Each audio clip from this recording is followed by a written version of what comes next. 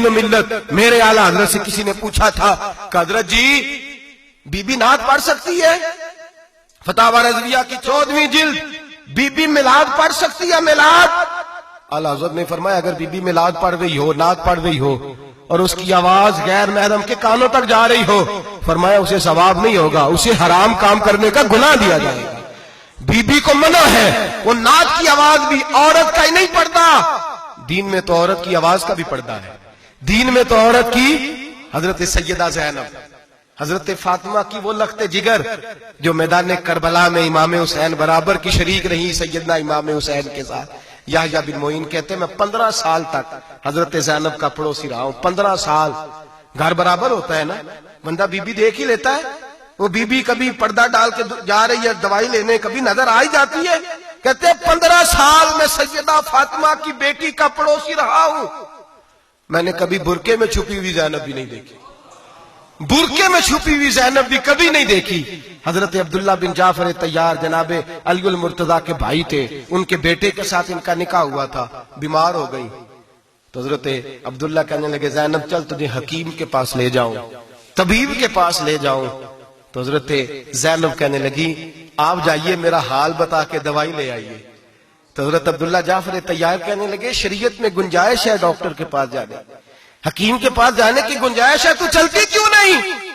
تو حضرت زینب کہنے لگی شریعت میں گنجائش تو ہے پر عبداللہ میری مجبوری یہ ہے کہ میں فاطمہ کی بیٹی ہوں، شریعت میں گنجائش تو ہے پر میری مجبوری یہ ہے کہ میں حسین کی بہن ہوں، شریعت میں گنجائش ہے پر میں حسن کی بہن ہوں، شریعت میں بڑی گنجائش ہے پر لوگ مجھے محمد عربی کی نواسی کہتے ہیں، گنجائش تو ہے پر میں نہیں نہ نکل سکتی، اس لیے کہ جتنا کوئی اپنے آپ کو دین کے قریب جانتا ہے اتنا اس کے پیروں میں شریعت کی زنجیریں زیادہ ہوتی ہیں۔ تو جناب سیدنا عبداللہ کہنے لگے اگر تو پردہ کر گئی،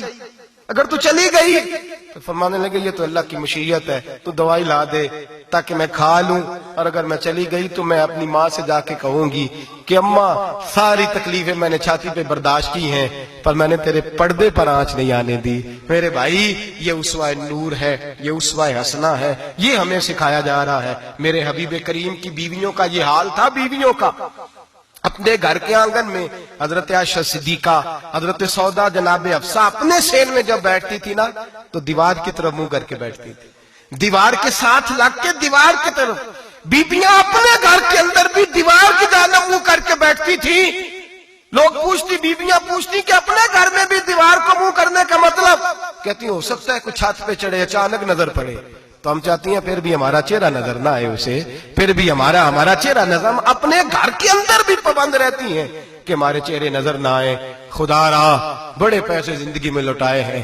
1000 1500 برقعے پہ بھی خرچ کرو، وہ گھر لے جاؤ، وہ اماں کو بھی دو، بہن کو بھی دو، بیوی کو بھی دو، اس کو کوئی پہن لے، اس لیے کہ جب تو حضرت فاطمہ کے طریقے کا پردہ کرے گی تو تیرے آنگن میں سیدہ زینب کی طرح کی بیٹیاں پیدا ہوں گی، وہ اس سنت پہ چلنے والی بیٹیاں تیرے آنگن میں آئیں گی۔ خدا را میرے بھائی آج یہ نیت کرو، یہ ارادہ کرو اور اپنے گھروں کو پردے کا پابند بناؤ۔ اگر ایک بیٹی پردہ دار ہو گئی تو کئی خاندان پردہ دار ہو جائیں گے، اگر ایک بیٹی پردہ دار ہو گئی تو کئی گھرانے سنوریں گے، کئی جگہ پہ نور پھیلے گا۔ اے عرش کے مالک، اے میرے محبوب کے خدا، تجھے واسطہ ہے میرے محبوب کی بیویوں کا اور تجھے صدقہ حضور کی شہزادیوں کا۔ اے اللہ اتنا کرم برسا،